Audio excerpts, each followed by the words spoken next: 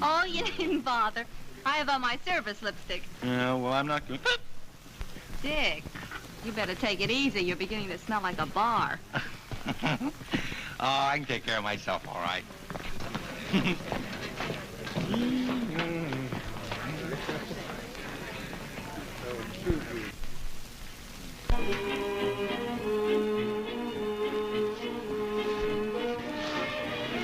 Goodbye.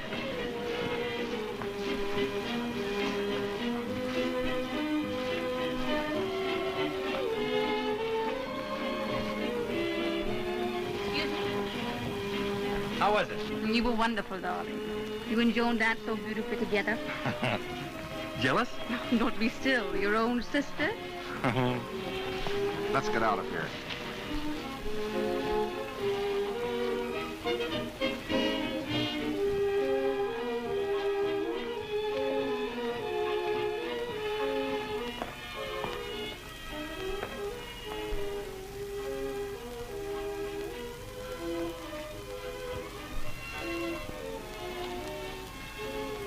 Just as lovely as ever. You haven't changed a bit in 2 days. Seems like 2 years. Why haven't I heard from you? Where have you been? Away on business. And we decided not to let your people know how things are just yet, so I didn't dare write. Let's tell them now. Darling, I can't go to your father now when I'm a nobody. When I have nothing but a reputation for playing cards and riding polo ponies. That doesn't matter. Of course it matters. Even if I tell your father I've decided to settle down, to give up gambling, to go in business for myself, it wouldn't matter to him. He wouldn't believe it. It matters to me, and I believe you. Oh, Joan. Joan, you'd better give me up. I'm not good enough for you. Why, Harry. Oh, Joan, no, don't give me up. Don't let me go. My whole future's in your hands. You're my hope, my salvation. Why, of course I won't give you up. Harry, you're always in my heart, always in my thoughts. Oh. Joan? Oh, Harry, this is my brother. I know him. Hello, Harry. Hello, Dick. I didn't know you knew him. I didn't know you knew him. Harry, you know when a younger brother puts on long trousers, he turns into a boss. Don't think he doesn't boss me. Don't you, darling? Not any more than you need. I've got to keep my eye on you. Don't you think I ought to, Harry? If I had a sister as lovely as yours, I'd never take my eyes off her. Ouch. Come on, darling. You know, he'll stop preaching in a minute. Oh, no. Oh, isn't he sweet? Oh, Joan, cut it out. Doesn't him like to be teased? No. All right. Tomorrow? Mm-hmm. Come on, Infant. I'm going to take you home, put you to bed. I say, Swift. Yeah? Well, what are you doing out here? Enjoying the moonlight? Nope. Just talking to $3 million. And not bad looking, either.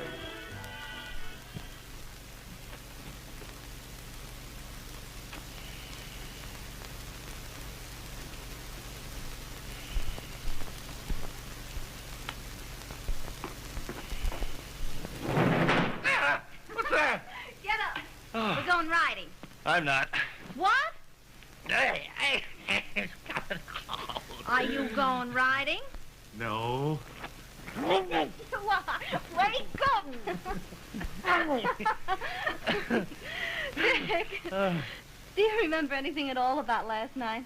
Mm-hmm. Well, now, just because I like a man... Well, it depends on the man.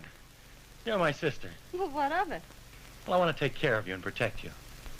Can you get that through your thick head? It seeps through a little. Well, what is it? Well, he's no good, that's all. Nobody knows where he comes from. All we know about him is he's a gambler and plays little polo, raises the devil with women. I don't believe it. Oh. Now, Dick, you're going to be married, and Marjorie forgave you But this is different. You're my sister. And you're more careful about me than the girl you're going to marry? Well, I know all about Marjorie. I'm not going to harm her. Nobody's going to hurt you. Nobody, ever.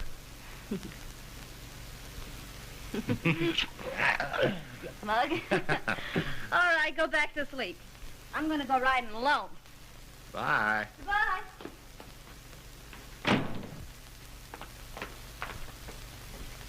Good morning, Father. Hello, dear.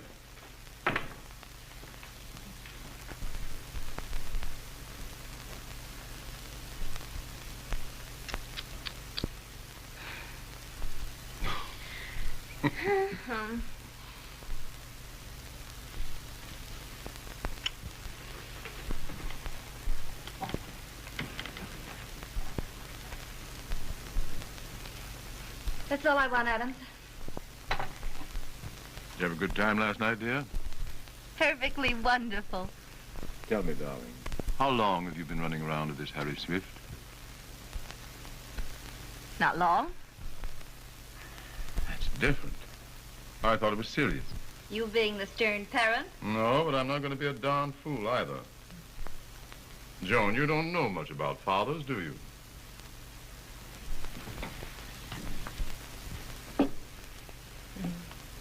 I know a lot about you.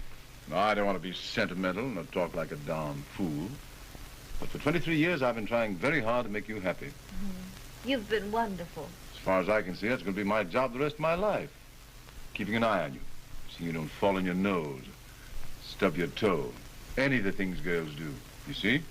Think I'll stub my toe? I'm going to take darn good care that you don't. Now you wrap that up in your cigarette and smoke it. All right, Dad, I will. Darling, keep away from that man, Swift. He's no good.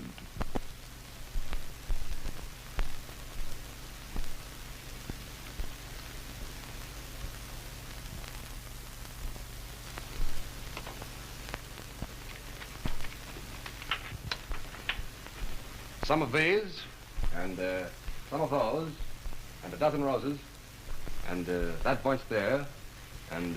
For Miss Ogden? Of course. And some of those, let me see.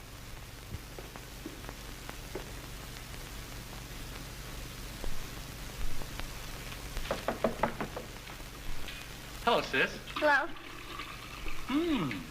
Looks like a flower shop. Smells like...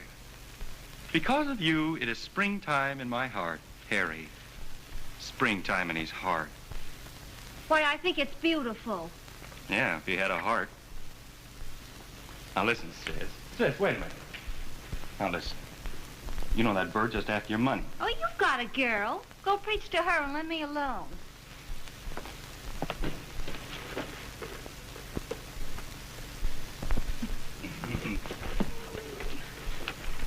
Another breath of spring?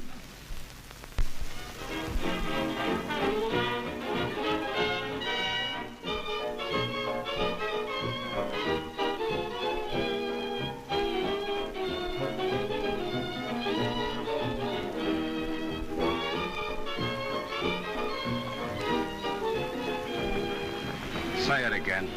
I love you. Let's get out of here. Where? How about my place, darling? You've never seen it. Come on. Sir, are you luring me? Oh, you know that I... Darling, because I love you doesn't make me an idiot. Of course I'm not going to your rooms this time of night.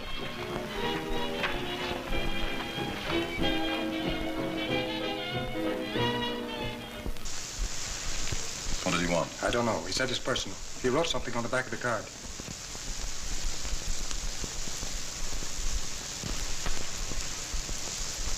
Well, tell him to come in. And I don't want to be disturbed until he goes out.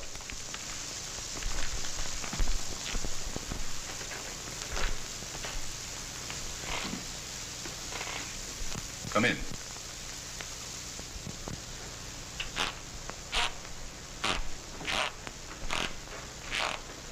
Mr. Ogden, I come to ask a great favor from you. I want your girl to leave my boy alone. What? My boy goes around with your girl all the time. They play polo, they dance. I tell you, Mr. Ogden, it's no good. Won't you sit down? Yeah. Maybe it's better we should talk friendly. I think so too, Mr. Schmidt. Will you have a cigar? Thanks, not now. After we finish talking, maybe so. I hope so. Well? Mr. Ogden, you have a boy, yes? You're fond of him? He means a great deal to you? Yes, a great deal. I have a boy, too. I think you know him, Mr. Ogden. He calls himself Harry Swift, but he was christened August Schmidt. He's ashamed by that name now. All my life I paid for that boy everything. He's a colleger. Regular clothes, they ain't good enough for him. He's got tailors and shirt makers. Mr. Ogden, he even has his drawers made to order. I pay his gambling debt. But I do all that because in here in my heart I say to myself, someday he wakes up. Someday that boy comes back to Papa in the grocery store. And then he marries a nice little German girl and gives me a lot of grandchildren. And we'll all be happy. I see. That's my dream. And I see now he's with your daughter all the time. Mr. Ogden, you have a lot of money. If that boy of mine gets money, he'll never come back to me, never. That's what I've come about. Make your girl give up the boy. Send him back to me. I am an old man. Give me the great happiness of my old age. Let me take my boy back. I don't want him. Take him back by all means. Thank you. Now maybe I take that cigar, yeah? Thank you. Dad, I want a lot of money. Oh, I beg your pardon. Joan? My dear, if I'd arranged your arrival, it couldn't have been more opportune. This is my friend, Mr. Heinrich Schmidt. How do you do, miss? How do you do? Joan, Mr. Schmidt came to ask me a great favor. He wants me to make you give up his son. Well, that ought to be easy. I don't know his son. He's the young fellow you've been running around with. His name's Harry Swift. Yeah, Miss Ogden. He's my boy. Well, how could his name be... It isn't his name. He just takes it like he takes everything else he wants.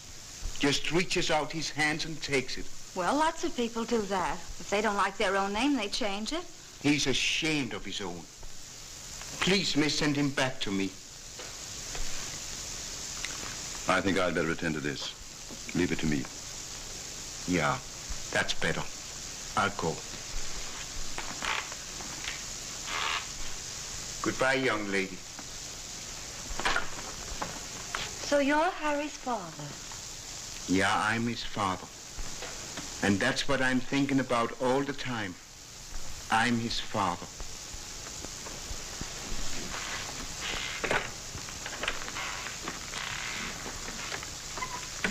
Well, what are you going to do about it? Oh, I don't care what his father is. Don't you care what kind of a son he is? Dad, I don't care what he's been, with his family, his women. His past is over. I'm just looking forward to a beautiful future. I hope you get it.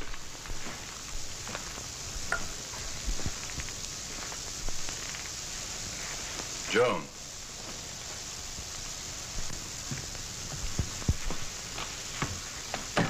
Joan, I'm not going to let you marry that man.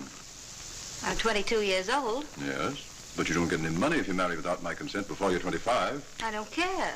It's $3 million. Don't you want the money? Yes, but I want him too. Well, you can't have both. Oh, darling, don't be a fool. This man hasn't got a nickel. Except what he makes playing bridge or wheels out of his poor old father. How are you going to live? I thought you loved me. I do. Oh, suffering catfish. Now, don't make me act like a stern parent.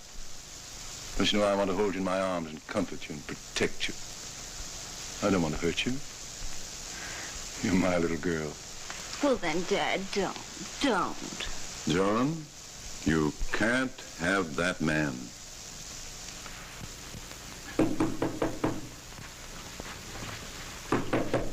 Wait, I'm coming.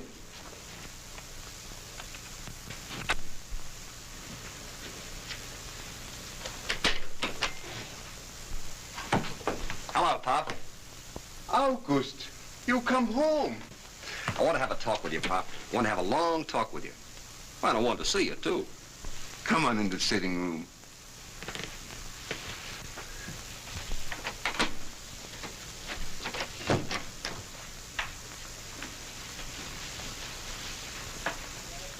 Just as cozy as ever. Yeah, it's a nice place, but kind of empty. I don't like living here alone, August. I want you to come back. Oh, well, I'd like to come back, Pop. You know that. Only I've got to make my way in the world.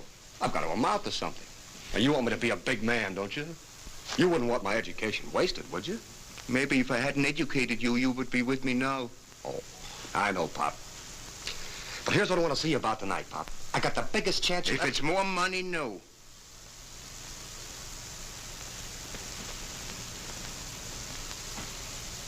Mother.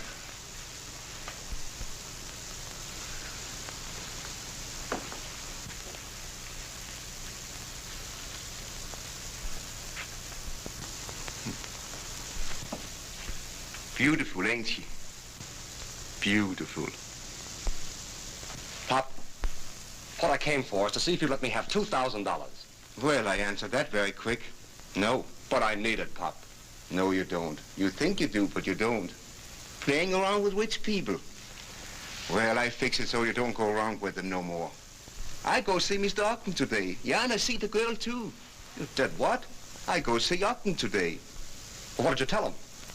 You didn't tell him I was your son, did you? Sure, yeah, I tell him that. I have a good mind to... Yeah, go on. Hit me. It wouldn't be the first time. But if you ever do it again, you don't get a cent of my money. Never.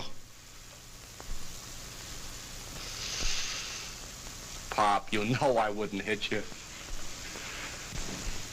Only, what did they say when you told them that? What happened? Nothing. The girl says she don't care. The papa look kind of funny. I don't think the papa likes you. I know that. But I'll make him. You mean you want to pay the papa $2,000 so he'd like you? Of course not. But don't you see, Pop? I've got to get established in some kind of a business. Have an office. What do you do in an office? Smoke cigarettes? Don't you understand, Pop? The girl's crazy about me. Thinks I'm wonderful. And she's worth $3 million. Think of it, Pop. A girl worth $3 million crazy about me. She'll do anything I tell her to do. No. No. I won't loan you money for nothing like that. Why not? Your rents are coming in. You're making plenty of money, aren't you? Well, I'm doing pretty good. Pop, you know if Mother were living, she'd tell you to do it. Yeah, she would say it. Also, if she was here and you said, Papa, give me your right eye, your mama would say, give it to the boy if he wants it. You don't need but one eye. Don't you love me anymore, Pop? Yeah, that's the trouble. All the time since you was a little fella, I love you. I never cared for anything in the world but you. August, I tell you, my heart is aching with love for you. You sure I get my money back? Of course you'll get it back. Well, okay. I get it for you. You stay here with Papa tonight, and I get you the money the first thing in the morning. That'll be fine, Pop. I'd love to stay here tonight. My old room. Just like when I was a kid. Yeah, that's good.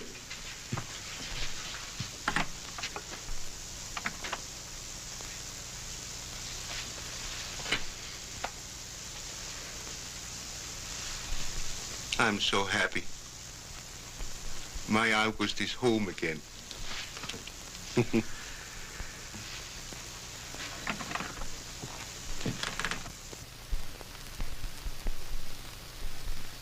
Mr. Swift.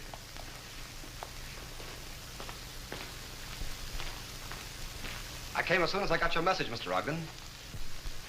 I won't ask you to sit down. What I have to say to you will take but a minute. In the first place, if you've any thought of marrying my daughter, put it out of your mind immediately. You can't have her. Why not? I don't like you, Mr. Schmidt. Swift, if you don't mind. Your name is Schmidt, isn't it? And your father's a grocer. That's my business and his. If I choose to change my name for business purposes, that's my affair. And what is your business? I'm a promoter. You're doing well? Well enough. Have you something you'd like promoted? I sent for you to tell you to keep away from my girl. I won't do that. I'm not going to let you marry her. Yes, she told me. But she's of age. You can't stop her. And how are you going to live? You haven't any money. I have enough. I made $2,000 today. How? Promoting. Well, see here, Mr. Ogden. I'm not after your money. I'm in love with your daughter. And whether you consent to our marriage or not doesn't matter. We can get along. You don't believe that, eh?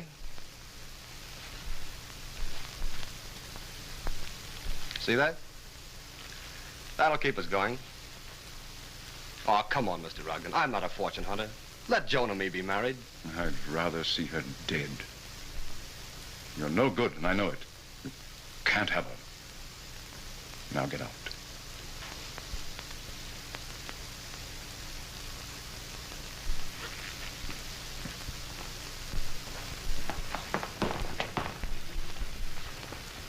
Good evening. Good evening.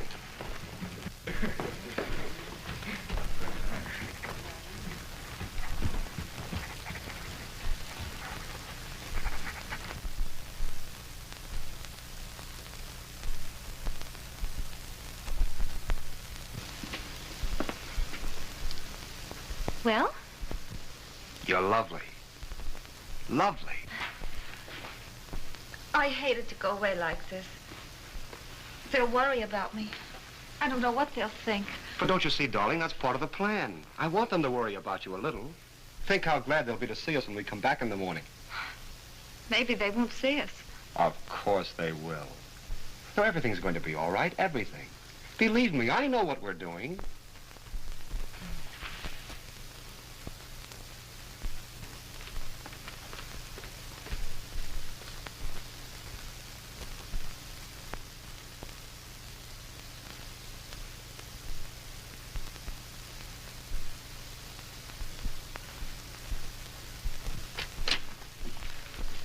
Dad? What? Dad! What's the matter? Well, she isn't home yet. It's 3 o'clock. Well, maybe she... Oh, you know darn well she isn't. She wouldn't do a thing like that. Did you ever know a time when Joan was out for dinner or was away for the evening that she didn't tell us? Well, did you? No, I didn't. Well, don't you see something's happened to her? Nothing's missing from her room. You know darn well she wouldn't go away without her clothes, not even a toothbrush or anything. Where are you going? I'm going to find her. That's what I'm going to do. Find her.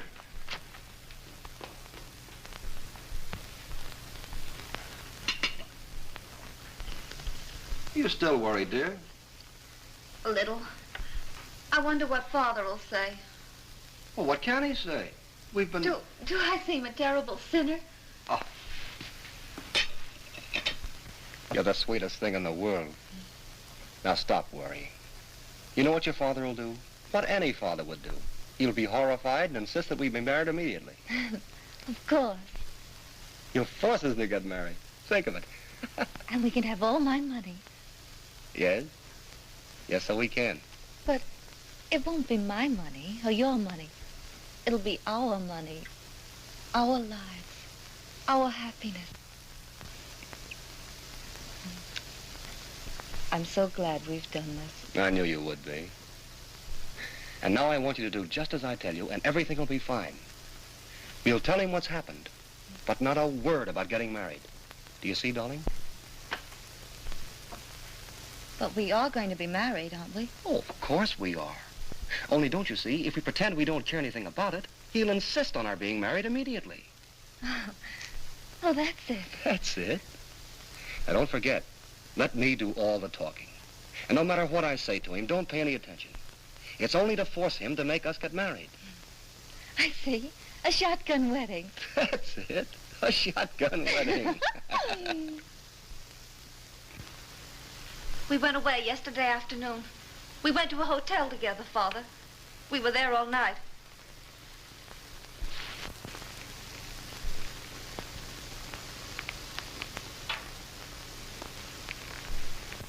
And now I suppose you want to go out and get married. Yes, if you'll give us your consent. You'll never get that. Dad, don't say that. We must be married. Right here, you made one terrible mistake. I won't let you make any more. Darling, can't you see he's just trying to force my consent so as he can get your money? I don't care anything about our money. Then why didn't you take her away and marry her like a decent man? Tell me to go to the devil. She's of age? I was thinking of her. I can't give her the luxuries you've always given her. After all, it's her money. Don't you see, dear, that's all he wants is your money. Oh, Dad, it isn't. He loves me. He wants to marry me. I won't let you. He'd ruin your life. I tell you, he's no good. Scum. Look at him. Would a decent man stand there crying, I want the money for her? I can't deprive her of luxuries. Can't you see what he is? Come on, Joan, let's get out of here. Yes, get out, but get out alone. Dad, I can't find... Joan! Oh, Joan! Oh, Joan! Where have you been? Oh, I've looked for you everywhere. All over the city, all night. The police stations, the hospitals. Oh. Joan, there was a girl in the morgue. I thought for a minute. Oh, how could you do this to me? My dear, I didn't understand. I wouldn't do anything in the world to hurt you. What's he doing here? I came with her. We've been away together. Do you understand? Your sister and I have been away together. We want to get married, but your father won't give his consent. Well, what are you going to do about it? You did that to my sister? Now, you get out of here, do you hear me? Dad, stop! Get I out! don't know what you're doing, Dad. We love each other. Not without her, I won't give her up. Not going with you. You can't have her. I've got her. Oh, my dear, what's happened has happened. It'll soon be forgotten. No one will ever know. Dad, he loves me. I love Keep him. it quiet. We'll hush it up. I've taken a good deal from you two. All I want. You'll hush it up. You'll keep it quiet. No one will know. Scum, get out. Well, I'll get out, but I won't keep it quiet. I'll tell Dad, it. he's only talking that way because he loves me, that's all. I'll tell it to hotels and the clubs everywhere. Joan Ogden spent a night with me at a hotel. She's mine.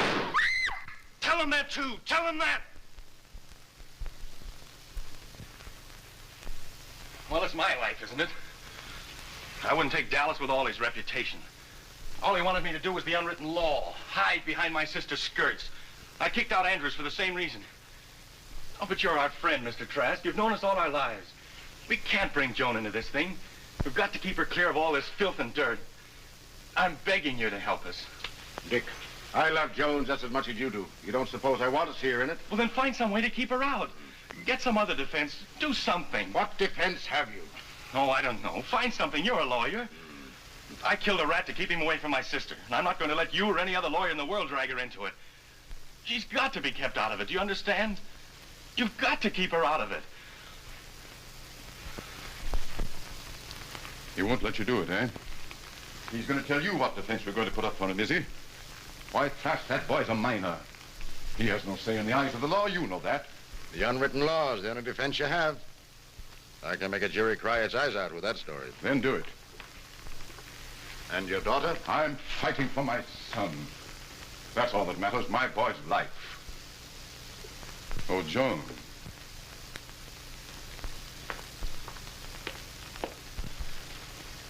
Joan? Where are you going? To Harry's funeral.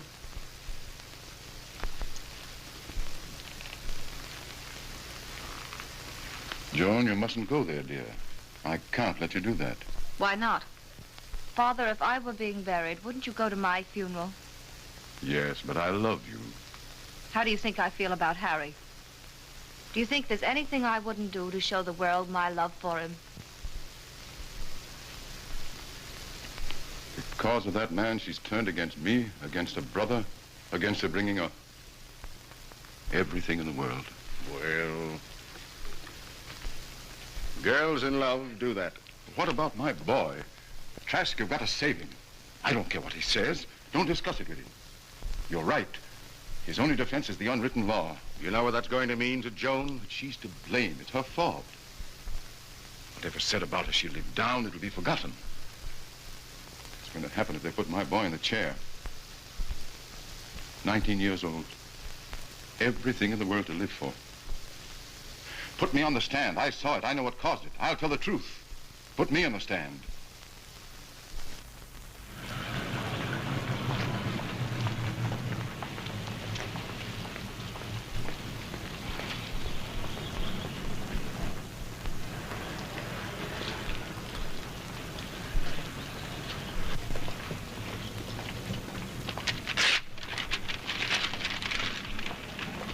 Well, life goes on, I guess. Yeah. Hans, pull up the shades. I don't know why I bother, but I guess I gotta keep the business running. Better leave the door open, it smells a little.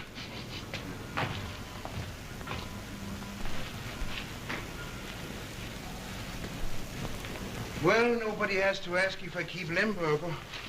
A little piece and a cracker, maybe, perhaps, Mr. Schmidt? Mine, I got no appetite.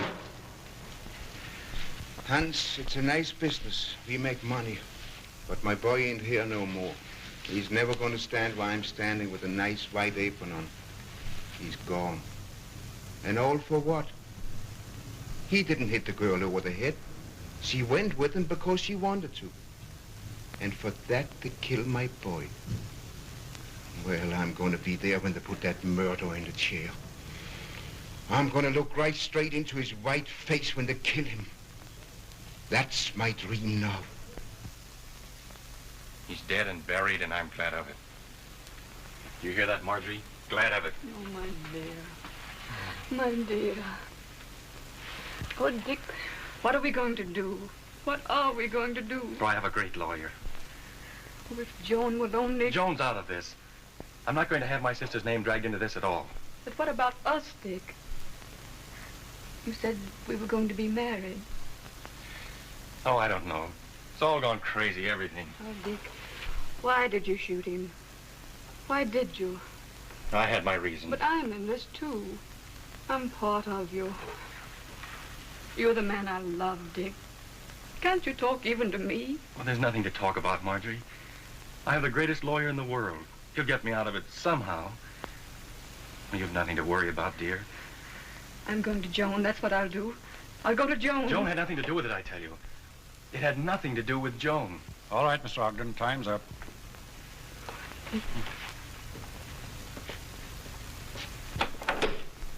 Oh, Dick.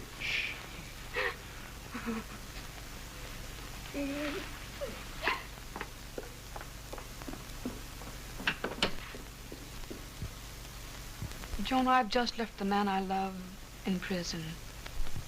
I've just seen the man I love in his grave. Oh, Joan, dear, we love each other so. He means everything to me, and he's your brother. Oh, what are you going to do? Oh, don't ask me. Don't ask me anything. I can't talk about it. My brother has robbed me of everything in the world I ever wanted, everything. But he's your brother, That makes Joan. it worse. What right had he to kill him? I won't do a thing for him. Nothing, nothing, nothing! Oh, Joan. Joan, isn't there anything I can say that'll break down this calm of yours? Haven't you any feelings? It's your brother. He killed my lover. All right, he did.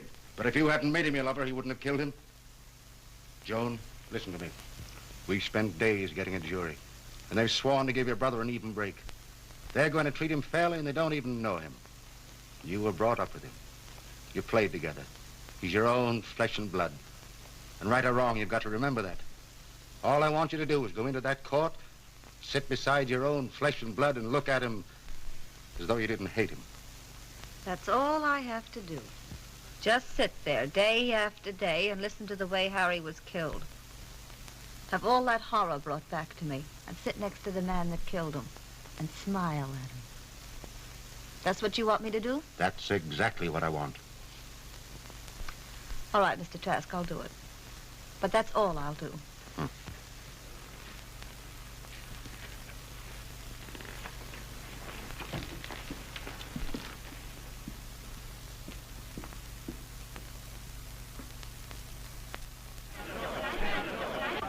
Well, I'm very sorry, Nettie, but there's no more room. No one else can go in. I can't help that. Other people had passed. As I've already explained to you, gentlemen, this case is extremely simple. I promise you to prove two things. First, that Harry Swift is dead from a bullet wound through the heart, and second, that his death was caused by a pistol fired by Dick Ogden. That, gentlemen, is our whole case. I finished my opening address to you. It's the shortest on record.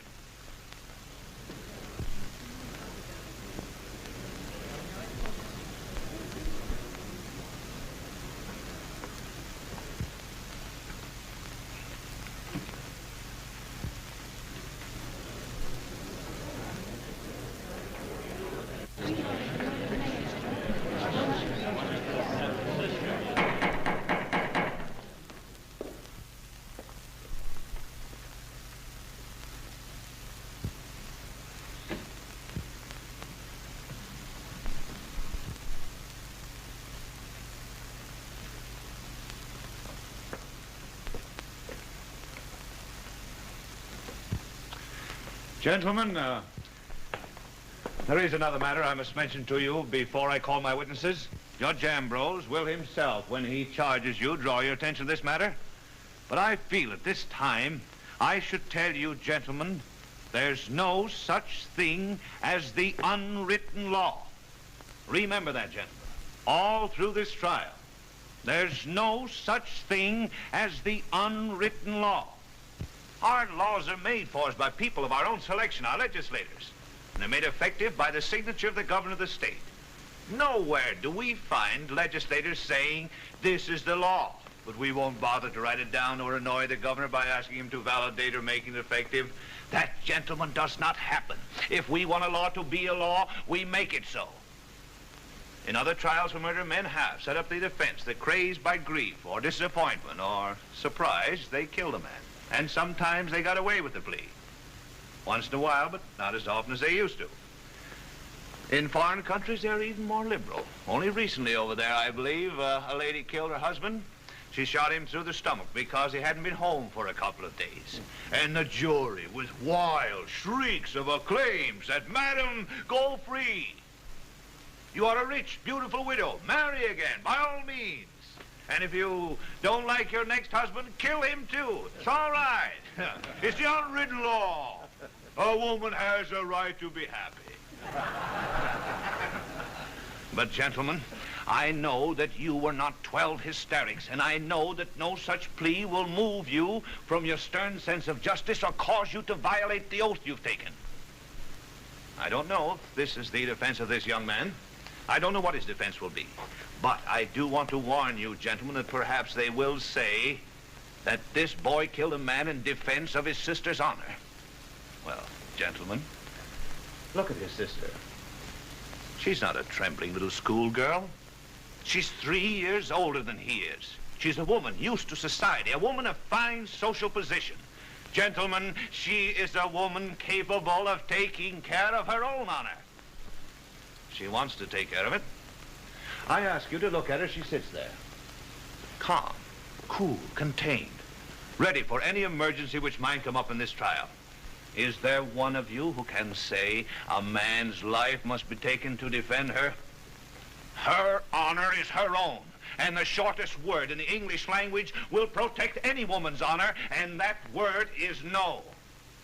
My gentlemen, we must not set up any precedent in regard to the defense of a woman's honor or what they choose to call their honor.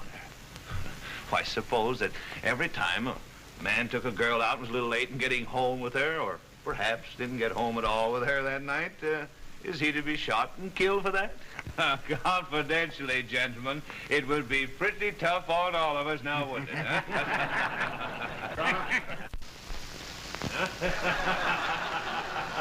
Your Honor, I move that all those remarks be stricken from the records. I think myself, Mr. Harris. I realize, Your Honor, the error of my remarks, and I withdraw them. Gentlemen of the jury, consider my remarks as unsaid. Only, there's no such thing as the unwritten law. Dr. Osgood. You solemnly swear to tell the truth, the whole truth, and nothing but the truth, so help you God? I do. Your name is James W. Osgood, and you're a medical examiner of the city. Yes. What was the cause of death? He had been shot through the heart. Does a wound of that sort cause instant death? It's the most instant thing you can imagine. All right. Somebody shot him through the heart and killed him. Was that it? Yes. Any questions you gentlemen would like to ask? Or are you satisfied that this boy was killed instantly? All right, Doctor. That's all. Thank you. Your witness, Mr. Trask. I have no questions. All right, Doctor. I gotta get out of here. My wife's gonna have a baby.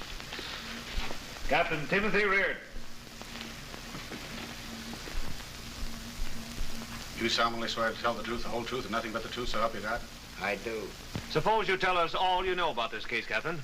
At about 10:30 in the morning of August 13th, I was notified a man had been murdered in the residence of Mr. Richard Ogden. Object.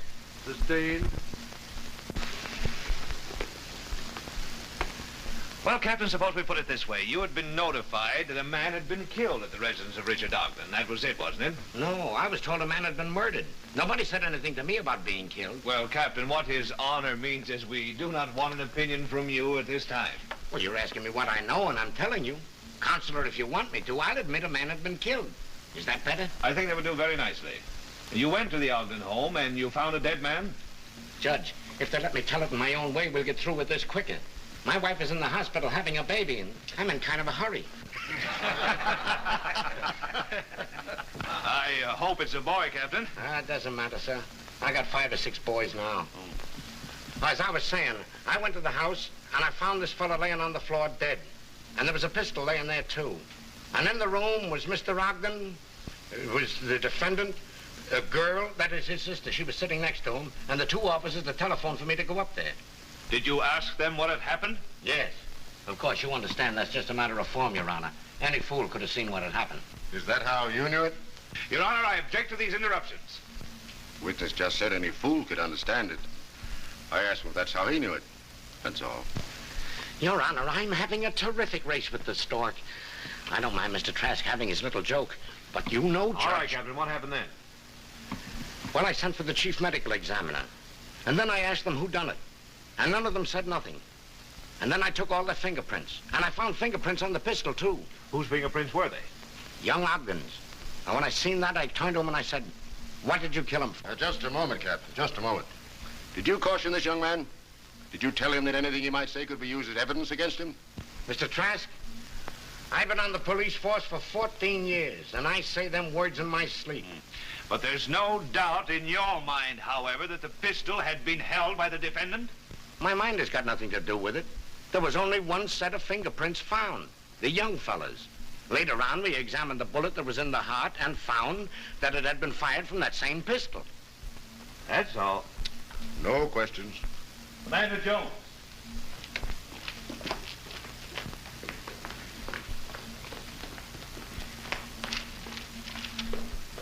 Oh, Judge, it's twins!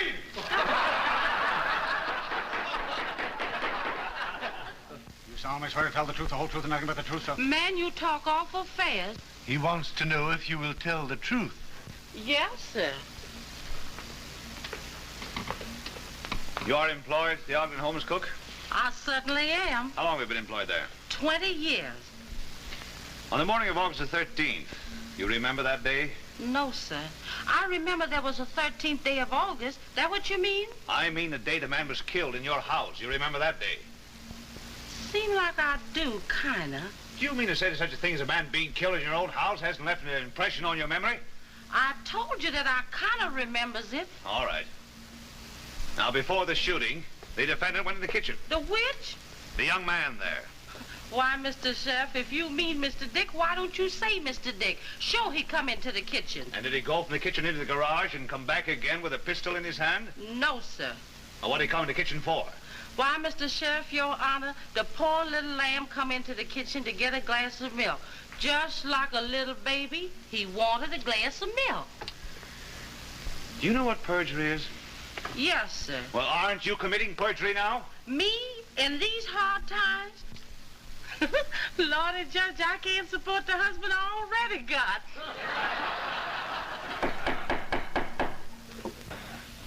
You know I can put you in prison if you don't tell the truth. You certainly can. You certainly can put almost anybody in prison that you want to. You took that poor little lamb what ain't done nothing to nobody and got him in jail.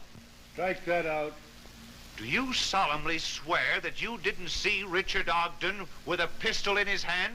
No, sir. I never seen that boy with nothing in his hand but a glass of milk. That's all. I said that's all. You can go.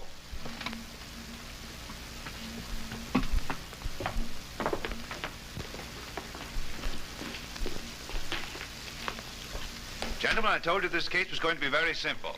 You've heard it all. Your Honor, the people rest. Your Honor, it's almost noon, and I'm hungry. Perhaps we could now adjourn for lunch. Your Honor, I object most seriously to an adjournment at this time. Proceed, sir. I ask this case be dismissed for lack of evidence. There's no proof that a murder's been committed at all. Motion denied. Your Honor would at least note my exception. I had already anticipated that.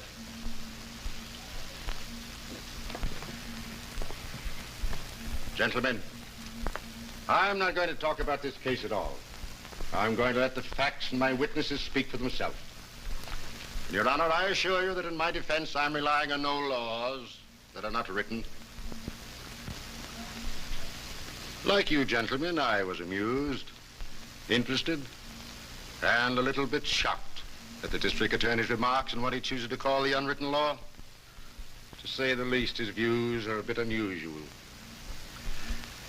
How a mother must love a son like that. And what a pride his sister must take in his views on the sanctity of maidenhood, the decency of young womanhood. And when his wife goes down on her knees beside her bed at night, can't you imagine her prayer to the Almighty God as she looks to heaven?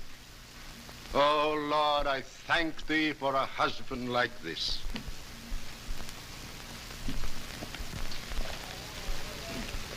And now, Your Honor, if the district attorney still wants his lunch, let him go and get it. Court is now adjourned until 2 o'clock.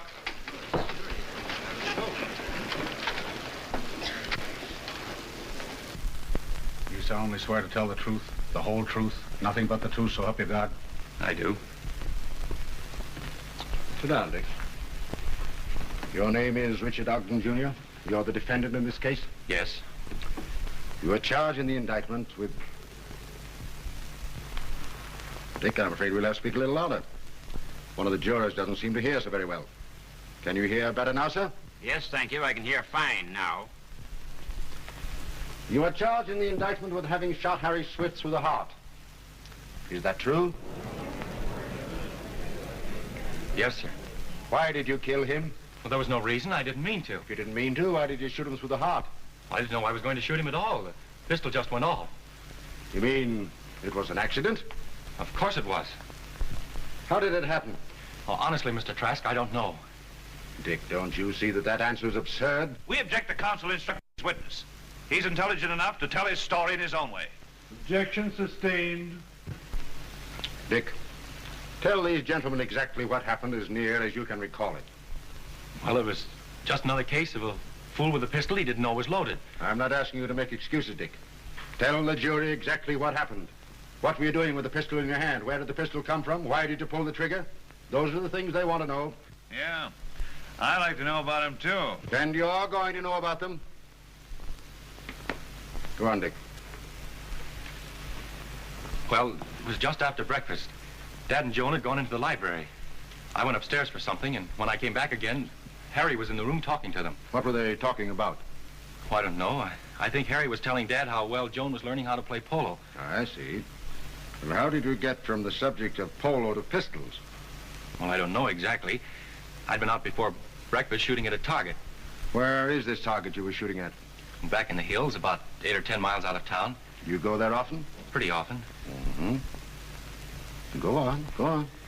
Well, I was telling Harry how many bullseyes I'd been making. He asked me what kind of a gun I had. I told him I didn't know exactly. It was one of Dad's. I hadn't noticed the name particularly. He was kidding me. He said he didn't think I could hit anything.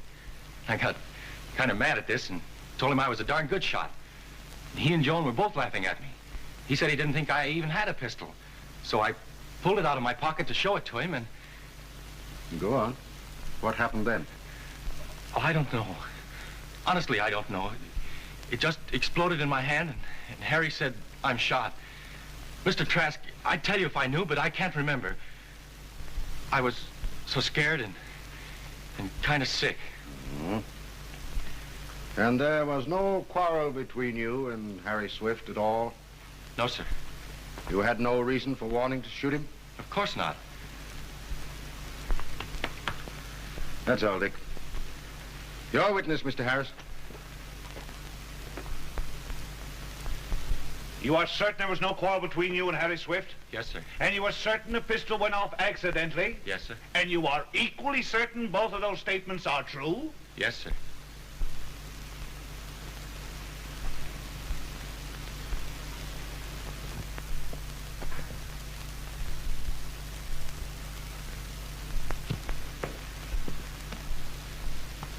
My boy, here's the pistol. Show us how the accident happened. You can take it in your hand safely. This time it isn't loaded. Now then, show the jury how it went off accidentally. I don't know. I don't know how it went off. Well, let's see you pull the trigger. You've been practicing with it. You've used it. You know how to pull the trigger, don't you? Well, pull it.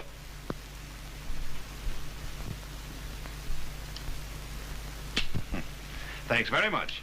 And still you say that you had the pistol in your hand and without pulling the trigger or doing anything at all, it went off accidentally? Yes. And you say that in spite of our seeing the effort it took you to pull the hammer back at all? I can't explain it, but that's how it happened. Well, I'm a little mixed on this. Let me get it straight. You say you took the pistol out of your pocket and accidentally it went off and accidentally the bullet went through your friend's heart and killed him, is that it? Yes.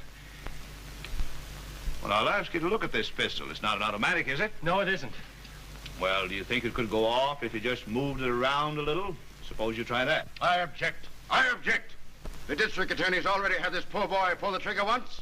Brought back to him all the horror of the accidental killing of his friend. I have a right to make the defendant try and try and try with this pistol as many times as I want him to. If he's telling the truth, let him show just once how it is possible for this hammer to fall accidentally. I'll go further than that. If the defense can show in any way, either by this witness or any expert they wish to bring in, that it is possible for this pistol to be discharged accidentally, I myself will drop the prosecution and ask for acquittal. That's all, young man. Dick, I have only one more question to ask you. You did not kill your friend intentionally? No, sir. And that pistol was discharged accidentally? Yes, sir. And you had no reason whatever for wanting to kill your friend? No, sir. That's all. And still you say this pistol did go off accidentally? Yes, sir. And you can't make it go off accidentally anymore, can you? No, sir. No more questions.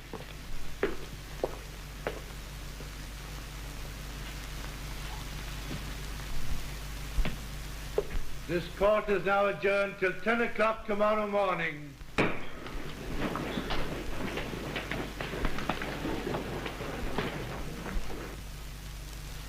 Listen, Chief, don't hit me in the eye, but why don't you call the girl? Call the boy's sister?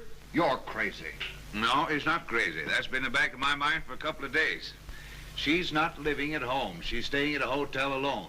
And she doesn't speak to her father. She doesn't speak to the boy except in court. I've been watching that girl. She's not with him. Awful risky. Well, what's risky about it? If she defends her brother, they won't believe her. We got that joy. They don't believe the old man or they don't believe the boy.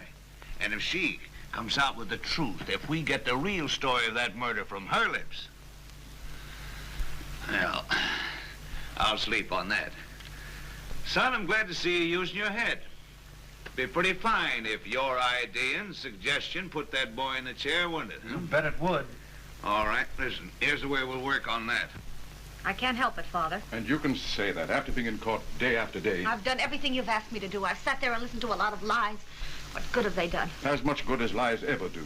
Dick was trying to save you. Dick saved me, all right. He smashed my whole life. Joan, tomorrow the district attorney will probably call you as a witness. What are you going to say? What do you want me to say? I want you to save your brother. I want you to say that this man would not leave you alone, that to save... I won't do it. Harry was everything that was good and kind to me. I won't do it. Joan, don't you remember when Dick was a little boy? Father, I remember everything, every day of our lives. I can't forgive him, and I won't lie for him. And what are you going to say? I'm going to tell him the truth. And what is the truth? That for no reason at all, Harry was killed. You honestly believe your brother had no justification in this killing? I know it was a cold-blooded murder for no reason at all, and if they ask me, I'm going to tell them that. But can't you see what that testimony will do to Dick? Can't you see? I don't care. Wait. Now, Joan, sit down. Mr. Ogden, you're not doing any good here. You'd better go home. Joan and myself will discuss this thing quietly, and maybe we can find a way out. Come on, go on.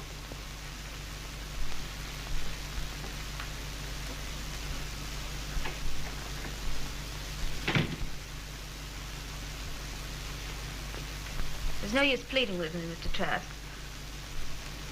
No, I can see that. Joan, how old were you when Dick was born? 3. What kind of a baby was he? He was sweet. That's not going to do you any good at all. You don't mind asking a few questions, do you? I've got to make some sort of an appeal to the jury, you know. And I don't know much about that part of your lives. You were 3, you say? Yes. That was the year your mother died? There's no use trying to arouse my sympathies by that. Mother died when Dick was born, and I don't remember one single thing about her. No, of course you don't, my dear. Of course you don't. Since that time, you had governesses and all sorts of people take your mother's place. No, my father did that. Oh, I see. So ever since Dick was born, your father's been father and mother to both of you. Yes. Feel very bitterly toward him, don't you, Joan? I don't feel anything. It's going to be pretty hard on your daddy, isn't it? Because unless you can save Dick, he's going to the electric chair. Pretty sad finish for your father. Given his entire life, making you two children happy. Not much reward in this for him, is there? You, cold and estranged. Dick with his entire life ahead of him. A girl in love with him. A girl that your father loves and wants to take into the family. Joan, what are you going to say to the district attorney when he puts you on the witness stand tomorrow morning and asks you, why did your brother kill Harry Swift? I'm going to tell him the truth. Then I can't save him. No appeal can save him. He'll be locked up in the death house and he won't be able to see anyone. He won't even know when the end is coming. And you and your father can come see him just once. There'll be guards watching you, and you'll speak to him through a grating 6 feet away. And Joan, you won't be able to kiss him goodbye. And one morning at dawn, they'll come to him and they'll say, come on, Dick, it's time. After a little walk down a corridor, they'll lead him into the execution chamber and place him in the chair. The warden will say to him, Dick, if you got anything to say, this is your last chance. And all-seeing God may know what reply he'll make to that question. I don't know. And they'll put a metal cap in his head with wires sprouting out from it. And they'll put a metal band on his wrist, and they'll clamp it to the arm of the chair like this. They'll put another metal band on his shaven bare ankle, and there he'll sit, like this. And the warden from another room will give a signal, a man will pull a lever, and your brother will burn to death as the current goes through his body, like this. I can't help it, Mr. Trask. I can't help it. My brother murdered Harry Swift, and I won't lie to save him. You solemnly swear to tell the truth, the whole truth, and nothing but the truth, so help you God? Yes. Your name? Joan Ogden. And you are living? I'm staying at a hotel. Then you are not living with your father or under his care? No. And the defendant is your brother? Yes. You were present on the morning of August the 13th when Harry Swift was murdered? Don't answer that question yet. We object. Sustained. Oh, all right. Miss Ogden, were you in the room when Harry Swift was shot? Yes. And you saw the shooting? Yes. Well, I want you to consider your answer to this question very carefully, Miss Ogden. Was that shooting accidental? No. Your brother shot Harry Swift deliberately? Yes. You understand perfectly what you were saying? Yes. And you were testifying in this manner because you were not willing to perjure yourself? Yes. And again you say your brother I tell you I saw my brother shoot him in cold blood for no reason at all. That's all. If it please your honor, I respectfully request that court be adjourned now until tomorrow morning. Your Honor, I object to an adjournment at this time before I've had an opportunity of cross-examining the witness. I see no reason at all why we should not adjourn. I'm quite sure, Mr. Trask, that your very able cross-examination of this witness will be just as effective tomorrow. Court is now adjourned.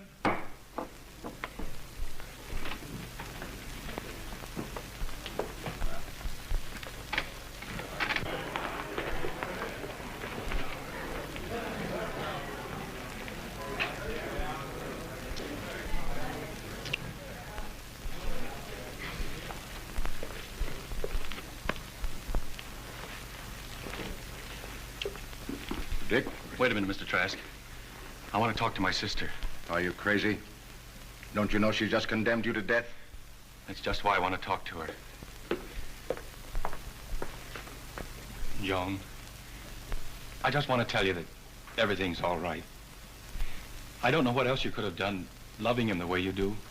That's what I stopped you for. To try to make you understand that no matter what you've said or done, it's all right with me. I know you couldn't help it. Maybe if it had been me, I'd have done the same thing. I don't know.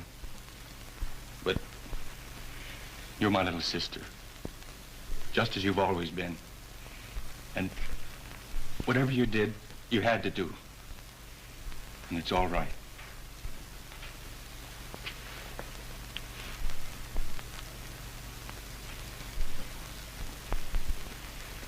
Bye, June.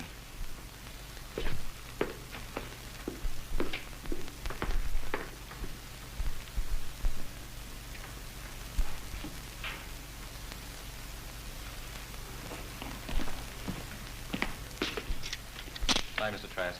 See you tomorrow.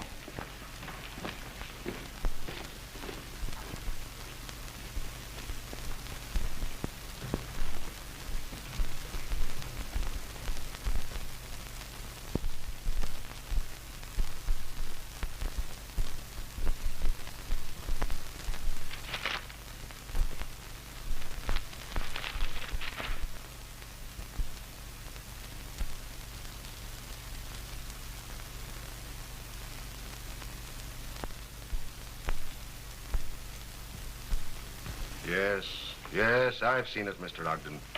Let me go. I've got to see him. Mr. Trask, I've got to talk to him. I haven't any time to talk to you. I've got to be in court in 20 minutes. You've got to listen to me. I've seen everything. I've read the newspapers. I've seen the picture of the death house. What are you going to do? You've got to save my brother. What are you going to do? That is funny. That's the first laugh I've had since his trial started. I've got to save your brother. You put your brother in the electric chair as surely as the warden will do it. You've done nothing but arouse hate for that boy. I told you not to go to that funeral. I begged you to sit beside him in the court and be tender. I had to have sympathy. You sat there with a hard face and killed that. And now you come to me at the last moment whimpering like a beaten pup and cry, save my brother? You put your brother where he is because of your own rotten love adventures. You sat there in the witness stand and testified that your brother didn't shoot Harry Swift accidentally, that he killed him deliberately and in cold blood. You put your brother in the spot he is. You get him out. I'll do anything. I'll do anything. I wonder if you would. Joan, how brave are you? I don't know. If I could show you a way to save your brother's life... I'll do anything, anything. I wonder if you'd have the courage. Sit down, Joan. Joan, there's just one way to save your brother's life. If we succeed, he'll go free. But your life will be wrecked. You'll be jeered at, sneered at. People will call you foul names when they see you on the street. I don't care. And if we fail, your brother will go to the electric chair. And still people will scream at you and curse at you. Either way, you're going to lose. I don't care. Mr. Trask, I don't care. All right. All right, Joan. Your Honor, before beginning the cross-examination of Miss Ogden, I propose to introduce some recently discovered evidence which has just been brought to my knowledge. You're reopening the case for the defense? Temporarily, Your Honor. I will proceed with the examination of this young woman later. I will allow that. Your Honor, I object. Suppose we wait and see what the witness will disclose. Thank you.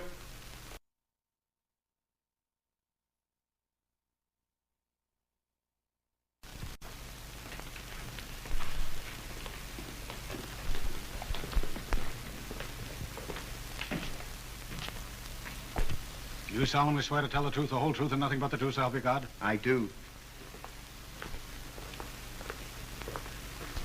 Your name? Heinrich Schmidt. I keep a grocery and delicatessen store at 965 Main Avenue. How long have you kept that grocery store? I've been by that place about 25 years. You're very well known in the neighborhood? Yeah, they all know Papa Schmidt. Once they wanted me to run for alderman. But I'm too smart. I didn't do it. Mr. Schmidt, did you ever know a young man by the name of Harry Swift? Yeah, but that wasn't his real name. No? What was his real name? August Schmidt. Oh, same name as your own. Yeah, he was my boy. I tell you, gentlemen, he took that other name because he... Judge, I'm an honest man. I can't lie about things. My boy was ashamed of me and my business. A little bad feeling between you and your son? No, nothing like that. I lent him $2,000 the day before he was killed. We were good friends. I was always lending him money. Then you talked to him the day before he was killed? Yeah. Did he tell you what he wanted this money for? Sure, he wanted to make a front. What for? He wanted to get himself an office. I tell you, gentlemen, he tells me that this girl... What girl? That one over there. You mean Miss Ogden? Yeah. He tells me she was crazy for him. He tells me if he marries her, he gets $3 million. Did your son tell you that Miss Ogden was in love with him? Yeah. Was he in love with her? Well, I don't know. She ain't bad looking, and she got $3 million, I guess, maybe. I object to this line of examination. I think it's admissible. Go on, Mr. Trask. What else did your son tell you? He tells me he got a chance to get up in the world. He says he makes Mr. Ogden like him by after he gets the girl. Did your son tell you that Miss Ogden was in love with him? Sure. Why not? He was a nice-looking fellow. All my boy had to do was to whistle, and the girls came running. All of them. That's a lie. It's a lie. We'll let you tell us all about it in just a moment, young woman. You told me that you loaned your son $2,000 the day before he was killed? Yeah, the police gave it back to me. Police gave you back $2,000? Sure. Give you anything else? Some letters. What kind of letters? Bills. Anything else? Yeah, one other thing. I show it to you. A receipted hotel bill for Harry Swift and wife the night before he was killed. He wasn't married. He didn't have any wife. These rich people, keeping up with them. They want excitement, noise. This is what comes of it. He goes to a hotel with that girl. He didn't drag her there. She wanted to go, and they kill him for that. My boy lose his life for that no good woman. You're a liar. She is good. She's always been good. You can say what you like about me, but you keep your dirty tongue still about my sister. Dick. Let her name alone. Dick, sit down.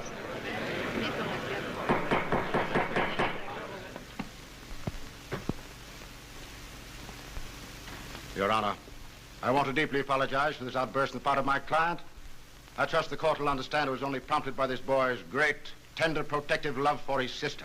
The jury will disregard counsel's explanation. Don't let it happen again, Mr. Trask. That's all, Mr. Schmidt. As a matter of fact, Mr. Schmidt, you don't know who was with your son when he went to that hotel or why he was killed or anything about it, do you? I know what's in my heart. Unfortunately, that's not evidence. That's all. Now then, Miss Ogden, if you'll take the stand, please.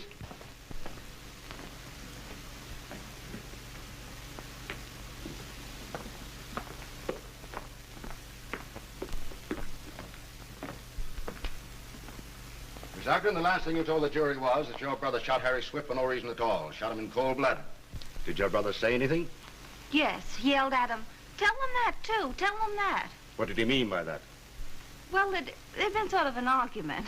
Father had called Harry.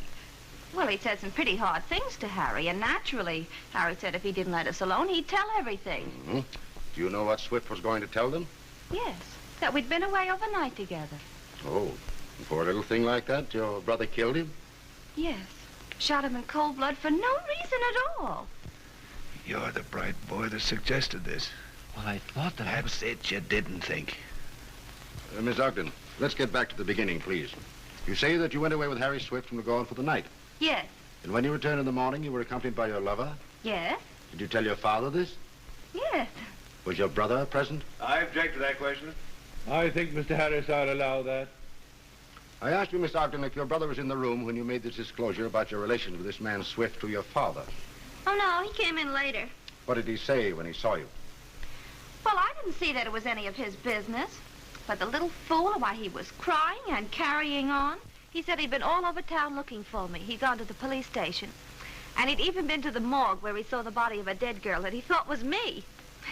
Why, he was so excited, and he wanted to know where I'd been. What did you tell him?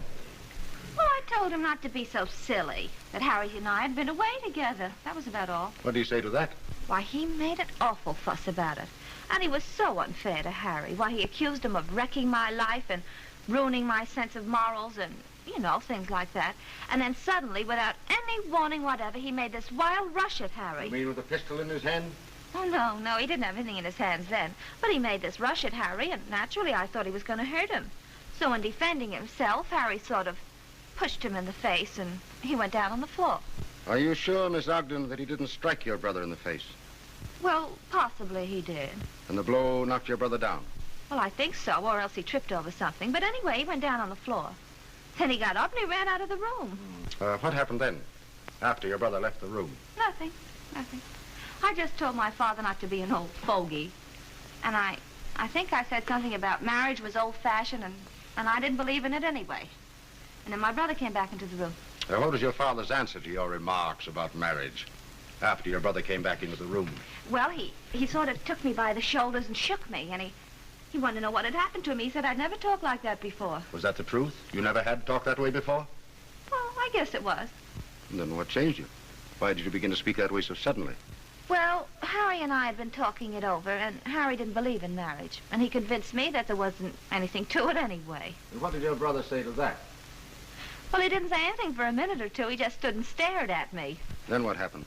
Well, Harry said he thought we'd better be going, and as we started for the door, Dick stopped us. He said, "Joan, this isn't you. My little sister Joan acting like this." Well, now, he knew it was me. Just silly, that's all. And then he turned to Harry in the most outrageous way and accused him of wrecking my life and ruining my morals. He got between us and the door and refused to let me go. Honestly, Mr. Trask, you never heard such goings-on about nothing. Nothing at all. And then when I said I was going, and it was none of his business at all, without any warning whatever, he pulled out a pistol and shot Harry. Miss Ogden, is this the truth? Yes. Then your brother shot your lover deliberately and in cold blood? Yes. Miss Ogden, I want you to realize what you're saying before you leave this stand. Do you realize that your testimony may send your brother to the electric chair? Do you understand that? Yes. And you still think that your brother should go to the electric chair? Yes. That's all, Miss Ogden. Can I go now? Yes, unless the district attorney wishes to question you further. No.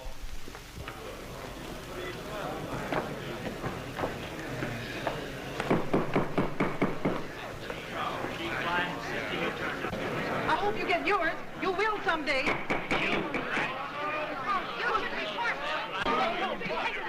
If you were mine, I'd kill you.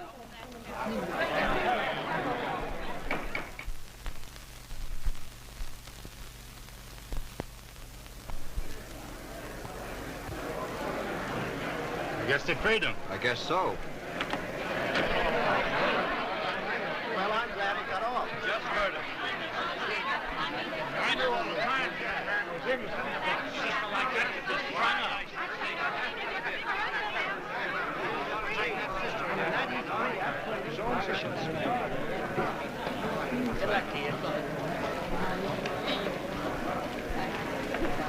Well, you win. Thank you, Harris. Thank you. My boy, you're free. You're free. In spite of your sister. No, not in spite of her, but because of her. That's right, Ogden. If Joan hadn't deliberately torn every vestige of decency from her character, your boy would be... What do you mean, deliberately? Joan was willing to do anything. I explained to her our one chance to save him was for her to get herself so loathed and despised by that jury that, in contrast to Dick, they'd set him free. It worked. But I'm afraid Joan has paid a price the world will never give back. Oh, I knew it, Dad. Where is she now? Where is she? I sent her home, where she belongs.